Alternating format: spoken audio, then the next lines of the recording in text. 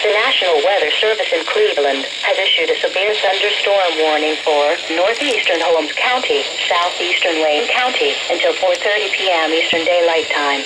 At 3:38 p.m. Eastern Daylight Time, National Weather Service Doppler radar indicated a severe thunderstorm capable of producing quarter-size hail and damaging winds in excess of 60 miles per hour. This storm was located 7 miles south of Worcester and moving east at 20 miles per hour. Locations impacted include Holmesville, Millersburg, Berlin, Dalton, Mount Eaton, Winesburg. This is a dangerous storm. Seek shelter inside now and stay away from windows. Repeating, a severe thunderstorm warning has been issued until 4:30 p.m. Eastern Daylight Time for the following counties in Ohio, Holmes, and Wayne.